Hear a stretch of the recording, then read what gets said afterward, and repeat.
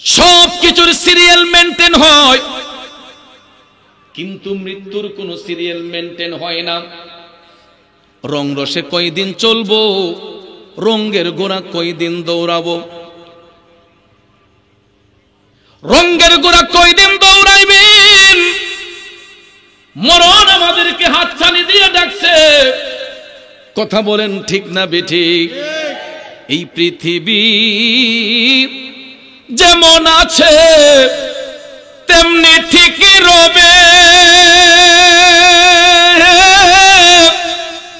সুন্দর ওই পৃথিবী ছেড়ে একদিন চলে যেতে হবে রে মন, চলে যেতে হবে।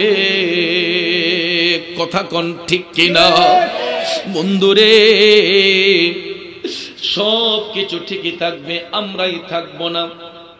পুকুর পাড়ে তাল গাছটা দেখলে দাদার কথা মনে হয়, পুকুর পাড়ে আম গাছ দেখলে বাবার কথা মনে হয়। তালটা পাইকা যখন গাছের নিচে পড়ে কত নাতি চোখের পানি সাইরা কান্দে। আহারে, এই তাল গাছটা তো আমার দাদার হাতের লাগানো ছিল, আজকে তাল গাছের মধ্যে তাল ধরছে, কিন্তু দাদা নামক ব্যক্তিটা মাটির সাথে মিশে গেছে। গাছের আমগুলা পাইকা রইল, সন্তান গাছের দিকে তাকায় আর টপ টপ করে চোখের পানি সাইরা কান্দে। আহারে, আজকে গাছের আম পাকলো, আমার বাবা আমরুটের বাজার থেকে আমের চারাটা ইন্না লাগাইলো, আজকে গাছের জায়গায় গাছ আছে, কিন্তু বাবা নামক ব্যক্তিটা মাটির সাথে মিশে গেছে। ঠিক কিনা কোন? এ যুবক, এরকম ভাবে একদিন আমাদের হাতের ছোঁয়া চোখের দেখা কত স্মৃতি অমল হয়ে থাকবে, কিন্তু আমি আপনি একদিন ঠিকই মাটির সাথে মিশে যাব। কথা বলেন ঠিক কিনা?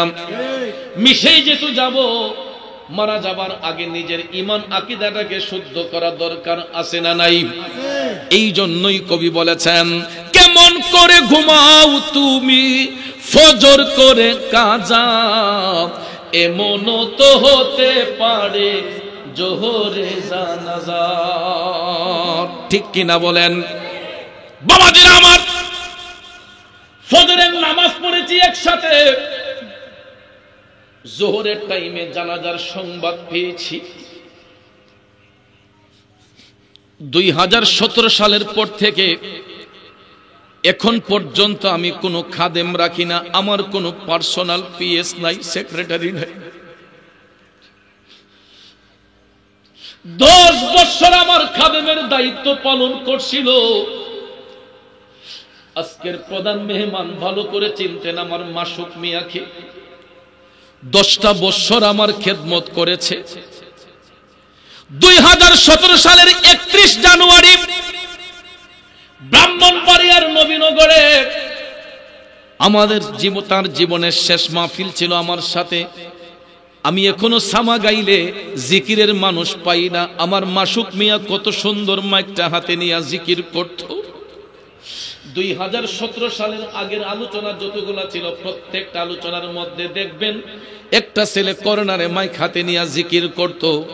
চেহারাটা যদিও কালো ছিল, ভিতরটা নবীর প্রেমে ভরপুর ছিল। বাবাজিরা আমার, এত সুস্থ একটা ছেলে আমার সঙ্গে মাহফিলে জিকির করেছে। ফজরের নামাজ পড়লাম একসাথে। সকাল 10টার দিকে ব্রাহ্মণবাড়িয়া শহরে আসলাম। দিনের বেলা মাহফিল করব নাসিরনগর সদরে। এমন সময় দেখা যায় অন্যদিন আমার মাসুক মিয়া আমাকে ঘুম থেকে জাগাইতো, ওই দিন হঠাৎ করে আমি দেখি ঘড়িতে 2টা বেজে গেছে। 2টায় দিনের বেলা আমাকে নাসিরনগর প্রোগ্রাম করার কথা। হঠাৎ করে আমি ঘুম থেকে চমকে উঠলাম, কিরে 2টা হয়ে গেল, ছেলেগুলা এখনো উঠছে না কেন? আমার ড্রাইভার এবং আমার মাসুক মিয়া একটা কম্বলের নিচেই 2 জন শোয়া। 2 জন একটা কম্বলের নিচে শোয়া। সকাল 10টা পর্যন্ত ছেলেটা সুস্থ, কোনো রোগ নাই, কোনো ব্যথা নাই, বেদনা নাই।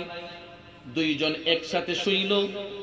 হঠাৎ করে বেলা 2টার সময় আমি ঘুম থেকে উঠা একটা দৌড় দিয়ে তার রুমে যাইয়া চিৎকার করে ডাকতেছি, কিরে তোরা উঠোস না কেন? মাহফিলের তো সময় হয়ে গেছে। অন্যদিন একটা ডাক দিলে কইতো বাবা আমি তো সজাগ, আমি অনেকগুলা ডাক দিলাম উঠে না। হঠাৎ করে একটু রাগান্বিত হইয়া বললাম, কিরে তোরা কি মইরা গেছস নাকি? আসলে এই যে আমার কথা সত্য হয়ে যাবে এটা তো ভাবি নাই। এই ধমক দেওয়ার পরও যখন নড়ে না, আমি হাসতে করে কম্বলটা টান দিলাম।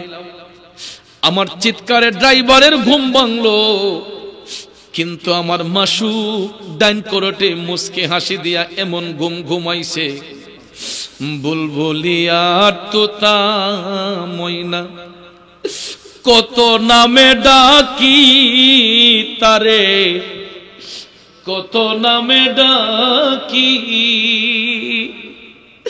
শিকল কেটে চলে গেলে কারে লইয়া থাকি রে পাখি, আমি ডাকি তাসি তুমি ঘুমাইছো নাকি? এমন ঘুম ঘুমাইল সবাই যদি ডাকে আর সজাগ হবে না। আমার চুনারু ঘাটের বাবাজিরা রে, কল্পনা করতে পারি নাই সুস্থ একটা ছেলে এত তাড়াতাড়ি আমাদেরকে ছেড়ে চলে যাবে। কিন্তু এটাই চিরন্তন সত্য, কুল্লু নাফসিন যায়িকাতুল মাউত, প্রত্যেক আত্মাকেই মৃত্যুর স্বাদ গ্রহণ করতে হবে। আর ওই সিরিয়ালটা কখন কার কোন সময় আসে এর নির্দিষ্ট কোনো গ্যারান্টি পৃথিবীর কোনো মুফতি সাহেব মুহাদ্দিস সাহেব দিতে পারবে না। কথা বলেন ঠিক না বেঠিক? আমার বাবাজিরা বন্ধুরা, ওই ব্যক্তিটা আর সজাগ হলো না। এই জন্য বলছি যুবক, জীবনে তো কত রং তামাশা করতেছি, কত রঙের ঘোড়া দৌড়াইতেছে, এমন একটা দিন আসবে রে যেই দিন দুনিয়া ছেড়ে চলে যাব। ওই কবরের মধ্যে যদি আপন কাউকে পাওয়া যায়, উনি হচ্ছেন আমার মদিনার কামলিওয়ালা দয়ার নবী, মায়ার নবী। কথা বলেন ঠিক কিনা? এই জন্য কবি বলেছেন, এ দুনিয়া ছেড়ে চলে যাব একদিন, মায়ারি বাঁধন ভুলে যাবে একদিন। ঠিক না বেঠে? ভাইয়ার আমার, বন্ধুরা আমার, দুনিয়ার কোন বন্ধু বান্ধব স্বজন আমার আপনার কবরে আপন হবে না। আপন বলতে যাকে পাবেন তিনি হলেন শাহে মদিনা। কথা বলেন ঠিক না বেঠে? এই জন্য কবি আরো বলেছেন, নবী বিনে ওই কবরে নাই রে বান্ধব নাই, নবী বিনে ওই কবরে নাই রে বান্ধব নাই, হাসরেতে নবী ছাড়া নাই রে উপায় নাই, হাসরেতে নবী ছাড়া নাই রে উপায় নাই, নবী বিনে ওই কবরে নাই রে বান্ধব নাই। একটু দুই হাত উঁচু করে বলুন ঠিক না বেঠিক? নারায়ে তাকবীর, নারায়ে রিসালাত, আহলে সুন্নাত ওয়াল জামাত, সুন্নি মহাসম্মেলন। ওরে হাসরেতে নবী ছাড়া নাই রে উপায় নাই, নবী বিনে ওই কবরে নাই রে বান্ধব নাই। ঠিক না বেঠিক? বন্ধুরা আমার, বাবাজিরা গো, এই জন্য ওই দুনিয়ার জমিনতে যদি ঈমান আকীদাকে মজবুত করতে না পারি, ঈমান আমলকে যদি মজবুত করে না যেতে পারি, তাইলে দুনিয়াতে যেমন লাঞ্ছনা কবরে হবে লাঞ্ছনা। কথা কোন ঠিক কিনা? তাইলে বলুন ওয়াক্ত মোতাবেক নামাজ পড়া দরকার আছে না নাই? এ বন্ধু, আমি বলেছিলাম দাউদ নবী মাগরিবের টাইমে নামাজ পড়ে শুকরিয়া আদায় করেছেন। আর কেনই বা মাগরিবের টাইমে আল্লাহ 3 রাকাত নামাজ ফরজ কবুল করলেন? ঠিক না বেঠিক? মূল আলোচনা কিন্তু এই জায়গার মধ্যে ছিল। আব্বাজিরা আমার, এখন আরেকটা জিনিস আপনাদের কাছে জানতে চাই, নামাজের মধ্যে দাঁড়াইলে দেখা হয় কার সাথে? কথা দিবেন না, আওয়াজ খুব দুর্বল আসছে। নামাজে দাঁড়াইলে দিদার হয় কার সাথে? আজও পর্যন্ত কি আল্লাহর সাথে দিদার করতে পারছেন? কেমনে পারবেন? নামাজে দাঁড়াই সেজদা করমু আল্লাহরে, মন চলে যায় শাসটলে। সিজদা করব আল্লাহরে, মন চলে যায় নির্বাচনের ওয়ার্কে, নেতানি ফালাই গেছি গা, এমন তাড়াহুড়া। ইমাম সাহেব হুজুর সূরা একটু লম্বা করে, হুজুর আজকে সূরা একটু বাইটে ফেলুন, ঠিক না ঠিক? তাই কেমন নামাজি হামলাটা দেখেন। হুজুর দেখো, হুজুর সূরা অত লম্বা করে একটু বাইটে করে পড়তে পারেন না, আসেনি এমন চিটার। সিজদা করবে আল্লাহকে, মন চলে যায় খেলার মাঠে, সিজদা করব আল্লাহরে, মন চলে যায় শাসটলে, ঠিক না ঠিক? এটা তো নামাজ না, এটা সুবের বইটা বাবা। আরে বাপ রে, 1 মিনিটে বেটা সাইডে নামাজ পড়ে না, এমনও লোক আছে, আসেনিও। আবার কোন কোন বেটা দেখছি নামাজ খাদিয়া সাইডের মধ্যে চাই, আবার কথা কোন ঠিক না ঠিক? নামাজের বাউ বুঝা নামাজ পড়া লাগবো মিয়া, খালি কি নামাজ পড়লে সারবো? কয়েক কোয়ালিটির নামাজি আছে। এক ধরনের নামাজ আছে, এটা শুক্র আলী, শুক্র আলী বুঝছেন না, ইডি সাপ্তাহিক মুসল্লি আর কি, ওয়াক্তের নামাজও এহক তো নাই, শুক্রবারে মসজিদের আগের খাতায় যাও আসেনি বা। আর এক শ্রেণীর মুসল্লি আছে, এরা 5 ওয়াক্তের এহক তো নাই, আছে শুধু মাগরিবের টাইমে, সারাদিন ব্যবসা করে হিসাব মিলাইবার লেগে কারে কয়টা বাকি দিছে, নামাজও খারেলি তেমন হয় না, মিশা কইলাম। আরেক কোয়ালিটির নামাজি আছে, এরা সুবিধাবাদী নামাজি, বাউ বুঝা নামাজ পড়ে, সামনের মুসল্লি যেমনে পড়ে পিছনে থাকিয়া এমনি দিক্কা দিক্কা সেরা লাই, আছেন এমন? কষ্ট পাইতেছে না। আবার কেউ এমনও নামাজি আছে যারা আল্লাহ পাইতে নামাজ পড়ে, আল্লাহ খুশির জন্য নামাজ পড়ে, আছে কিনা? তো বাউ বুঝা নামাজ না পড়লে কেমন বিপদ হয়, এগুলা কথা মনে হয়েছে কইতাম।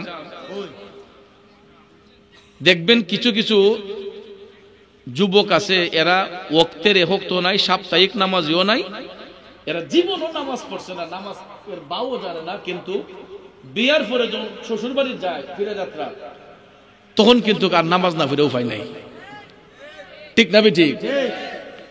এগুলো নতুন জামাই বিয়া করছে, ভাগ্যক্রমে ওই দিন ফিরে আছে শুক্রবার, ফিরে যাত্রা যেদিন গেছে বিয়া হইয়া 2.5 দিন পরে ওই দিন ভাগ্যক্রমে শুক্রবার ফিরে গেছি গা।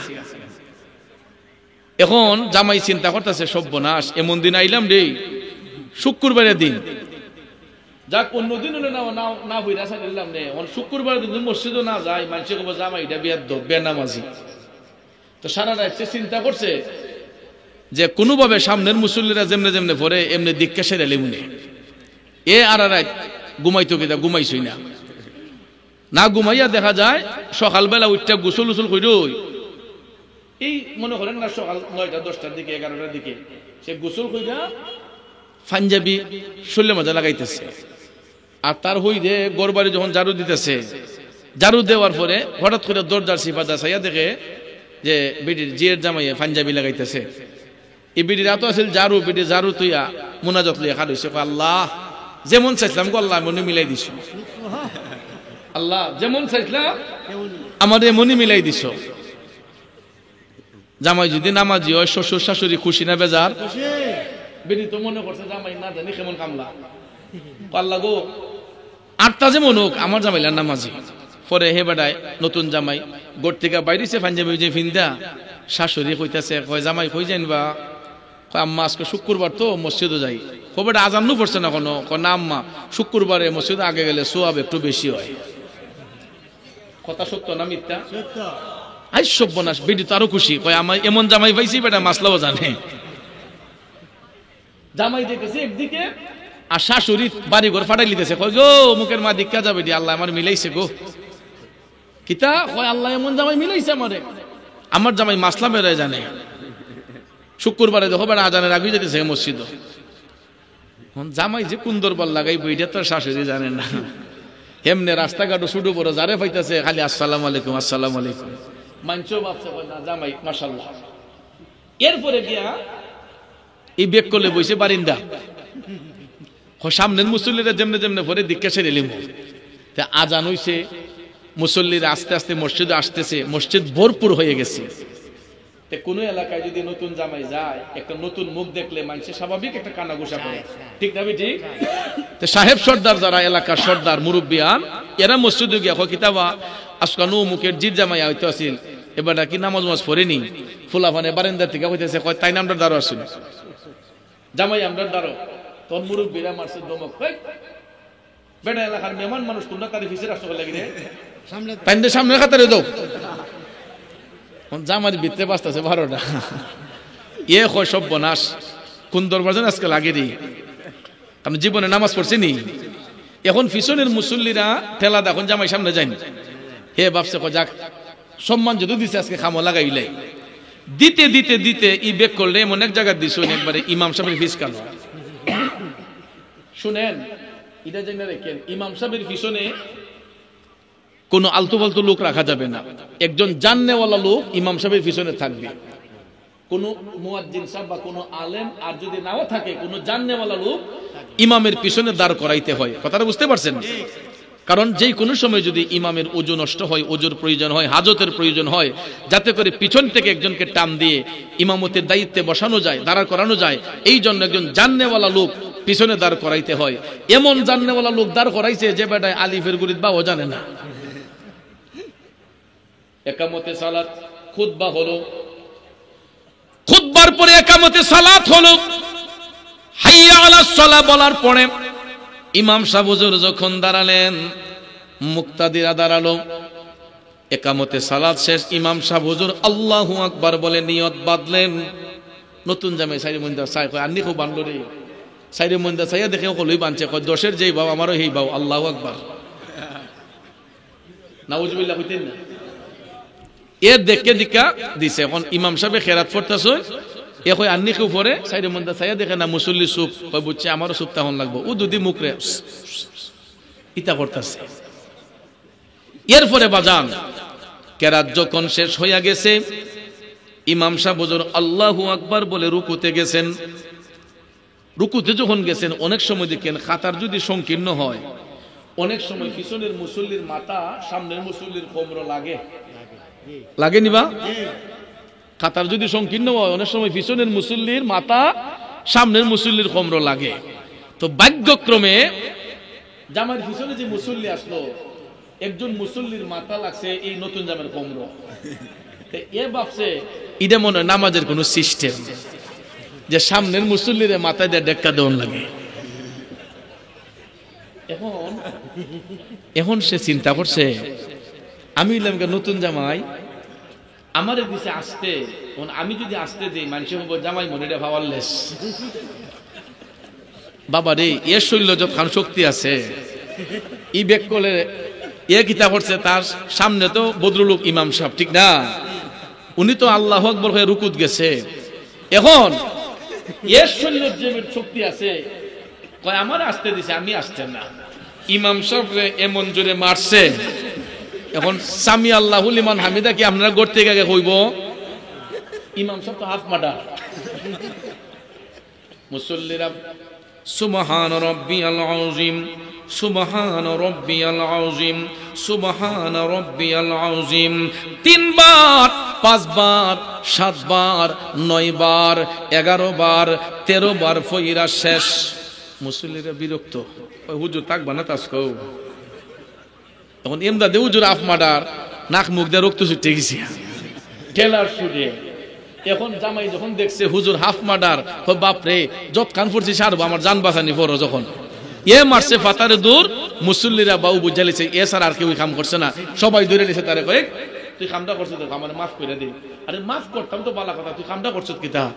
কয় না, আমার এই পিছনের একজন মুসল্লি মাথা দিয়ে ডেক্কা দিছ, আমি মনে করছি নামাজের সিস্টেম মনে করি, আমি হুজুর একটা মেরে দিলাম। নাউজুবিল্লাহ কি বাদ দিয়া হইবা? আরো জোরে কোন, আরো জোরে কোন আমার বাবাজিরা বন্ধুরা। এই জন্য নামাজের ভাওনা জান না, নামাজ পড়লে বিপদ আছে বাজান।